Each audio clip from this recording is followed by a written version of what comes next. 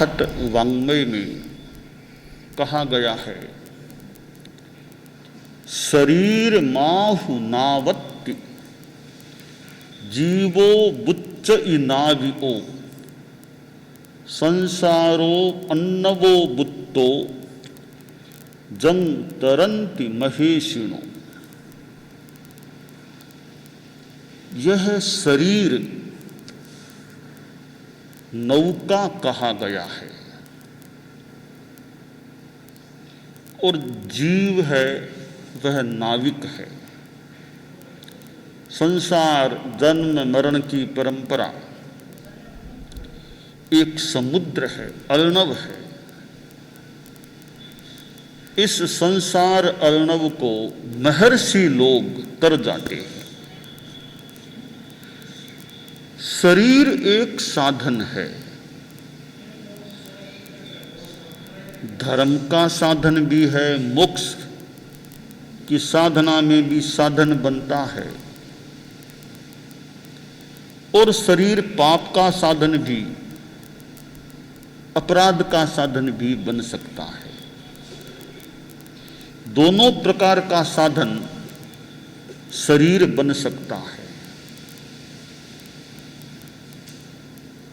शरीर 5 बताए गए हैं जैन वाङ्मय में। औदारिक शरीर, वैक्रिय शरीर, आहारक शरीर, तैजस शरीर, कार्मण शरीर। सामान्यतया आदमी के पास 3 शरीर होते हैं, औदारिक, तैजस, कार्मण। विशेष स्थितियों में वैक्रिय और आहारक शरीर भी मनुष्य के पास हो सकता है। यह हमारा स्थूल शरीर औदारिक शरीर। इस औदारिक शरीर के द्वारा साधना की जा सकती है। तो शरीर को नौका कहा गया। नौका एक साधन है जल को पार करने के लिए। इसी प्रकार शरीर एक साधन है संसार समुद्र को पार करने के लिए। परंतु यह नौका निश्छिद्र हो, ठीक हो, तब तो पार पहुंचाने वाली बन सकती है। सच्छिद्र हो तो नौका डुबोने वाली भी बन सकती है। अब सच्छिद्र और निश्छिद्र का क्या मतलब? देखिए, छेद, नौका में छेद होता है तो अंदर पानी आ सकता है। और शरीर में, जीवन में छेद का मतलब आश्रव ज्यादा है। मिथ्यात्व, अव्रत, प्रमाद, कसाय और अशुभ योग खास करके, इनसे वो कर्म रूपी पानी आ जाता है। तो यह नौका डुबोने वाली बन सकती है। आश्रव एक छिद्र है, आश्रव वह छिद्र है तो नौका सच्छिद्र हो गई, छिद्र सहित हो गई और डुबोने वाली बन सकती है। नौका निश्छिद्र कैसे बने? आश्रव न हो, संवर की साधना हो, संयम की साधना हो, तो नौका निश्छिद्र हो गई। अब फिर नौका को चलाने की प्रक्रिया है। इस नौका को चलाने की प्रक्रिया तप है। तप तो छेद न हो यानी संवर हो, जीवन में संयम हो, और चलाने की प्रक्रिया यानी तपस्या हो, शुभ योग हो, तो कर्म करते हैं।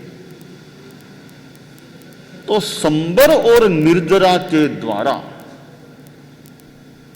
यह नौका हमें पार पहुंचाने वाली बन सकती है। सारांश की बात है, हम जीवन में संवर की साधना करें, त्याग करें, संयम करें और तपस्या करें। त्याग, तपस्या के द्वारा संसार समुद्र का पार पाया जा सकता है। अब यह शरीर है, इसमें बुढ़ापा, वार्धक्य, वृद्धावस्था और व्याधि, बीमारी और इंद्रिय शक्तिहीनता, ये तीन चीजें इस नौका के आगे बढ़ने में बाधक बन सकती हैं। बुढ़ापा, व्याधि और इंद्रिय शक्तिहीनता, ये तीन तत्व हैं तो यह नौका कहीं बाधित हो सकती है। तो क्या करें? बुढ़ापा को रोकना भी मुश्किल काम है।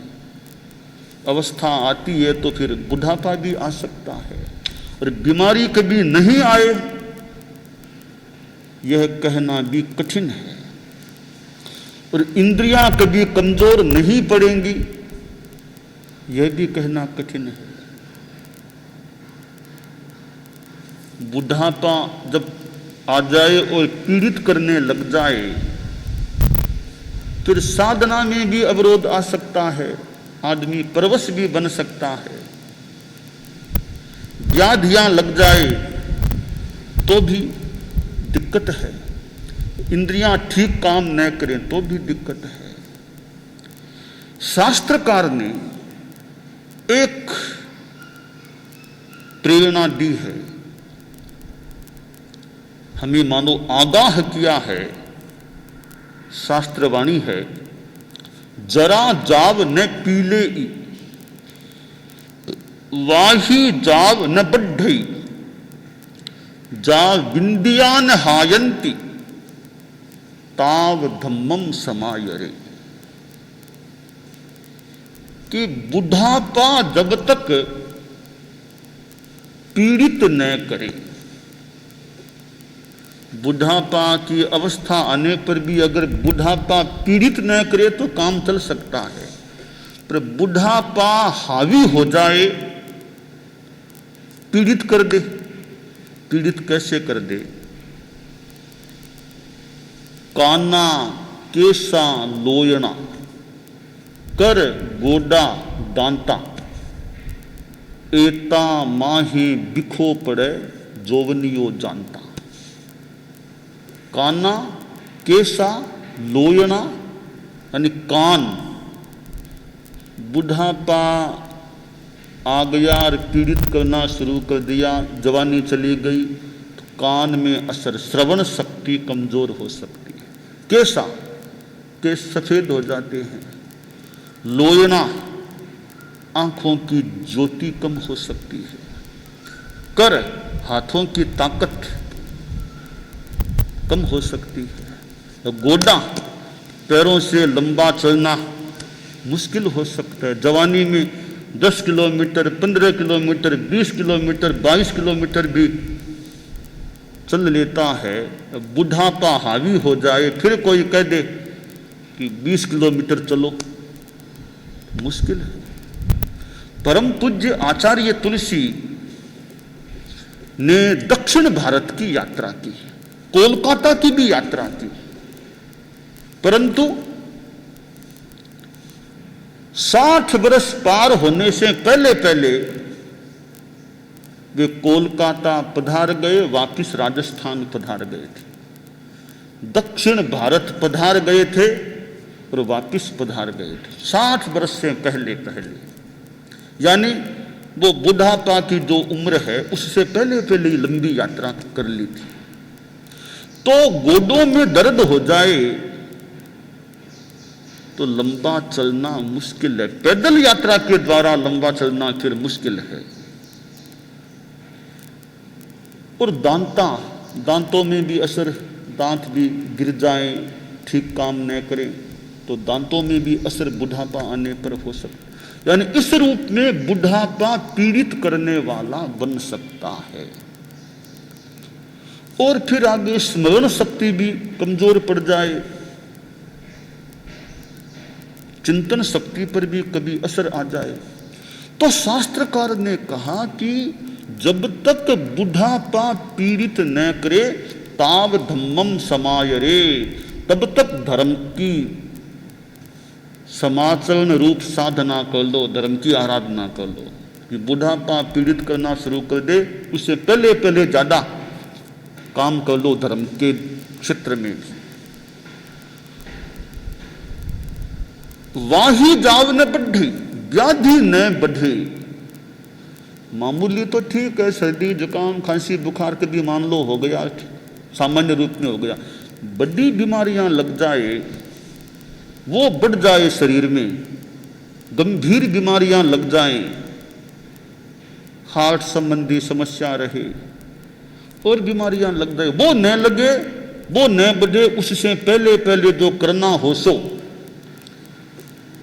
धर्म का काम कर लो। जा विंदियान हायंती, जब तक इंद्रियां हीन न पड़ जाएं, कमजोर न पड़ जाएं, तब तक जो करना हो सो कर लो। यानी शरीर की सक्षमता जब तक है तब तक हम जो कर सकें वो कर ले। बाद पर छोड़ने से पहले सोचना चाहिए, बाद का क्या पता क्या हो जाए।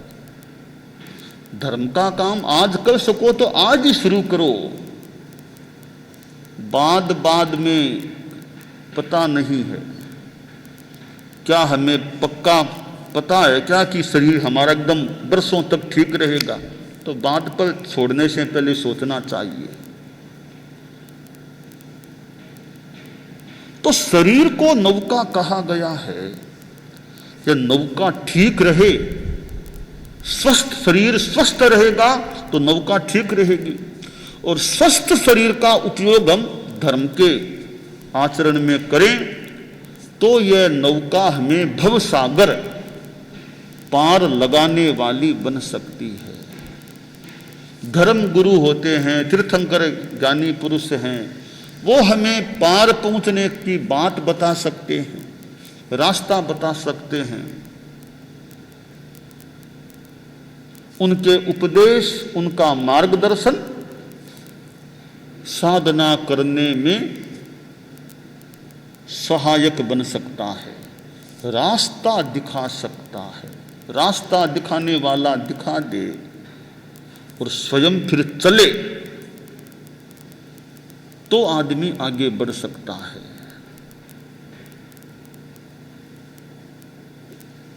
दुनिया में संत लोग होते हैं, वे कितना उपकार करते हैं, कल्याण करते हैं।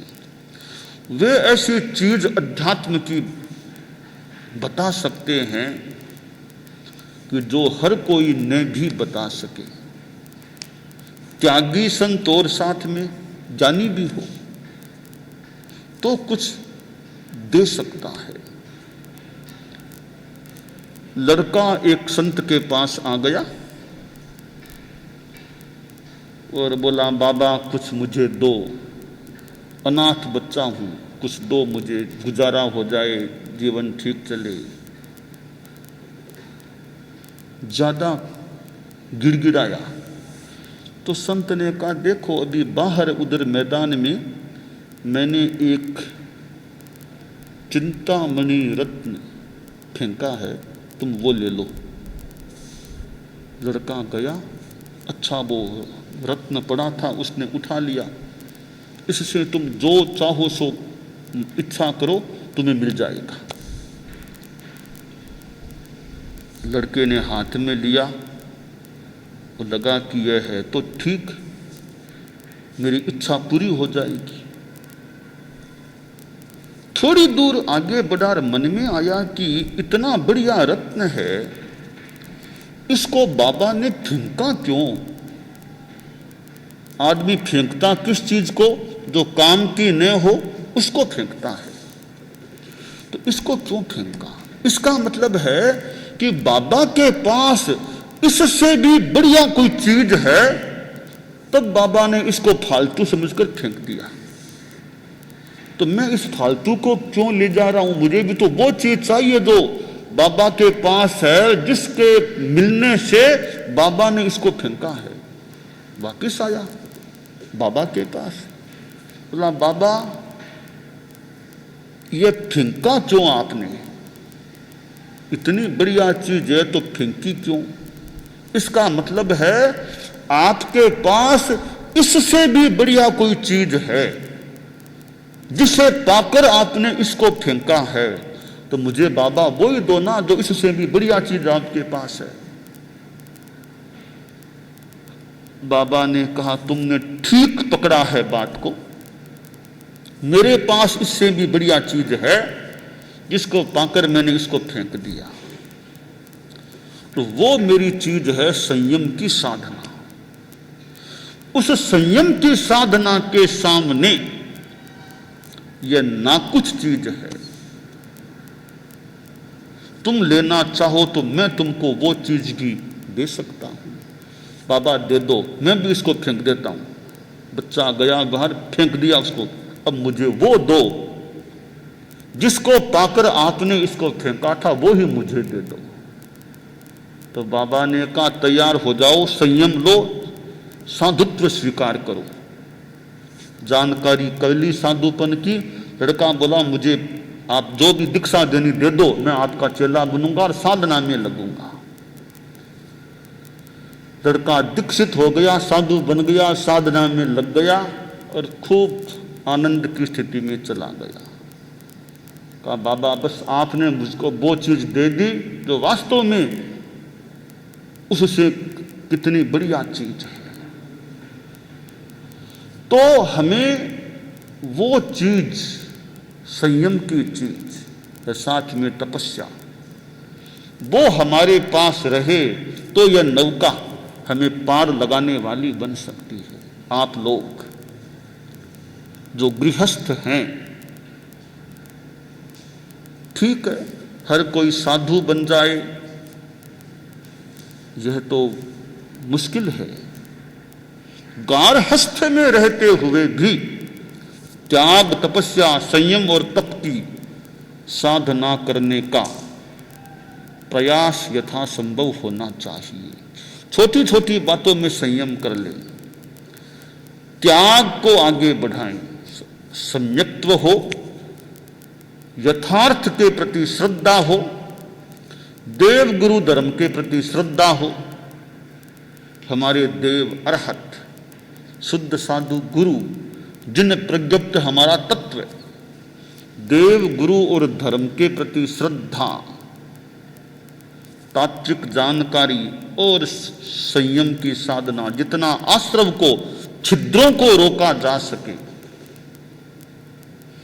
प्राणातिपात, हिंसा का त्याग, कम से कम आदमी की हत्या नहीं करूंगा, और जितना हिंसा से बचाव हो सके, झूठ का भी पूरा नहीं भी छोड़ सके, इस सीमा से ज्यादा या बड़ी झूठ नहीं बोलूंगा जिस झूठ के कारण दूसरे का बड़ा नुकसान हो जाए, ऐसी झूठ नहीं बोलूंगा, चोरी नहीं करूंगा, आदि आदि त्याग जीवन में हो। इसका मतलब वो छेद बंद हो जाएंगे, छेद बंद होंगे। साथ में स्वाध्याय, उपवास आदि आदि तप चलेगा। इधर निश्चिद्रता आ जाए, फिर वो नाव को चलाने की प्रक्रिया तपस्या के रूप में चले, तो फिर पार मिलना, संसार समुद्र का पार प्राप्त होना संभव हो सकता है। परम पूज्य आचार्य महाप्रज्ञ, जिनका जन्म शताब्दी वर्ष भी चल रहा है, बचपन में साधु बन गए थे। जीवन के 10वें 11वां वर्ष चल रहा था, 11वें वर्ष में साधु बन गए थे। करीब 90 वर्षों का उनका जीवन काल, यानी एक कितना लंबा उनका संयम पर्याय रहा, और साथ में ज्ञानाराधना, ततः आराधना भी।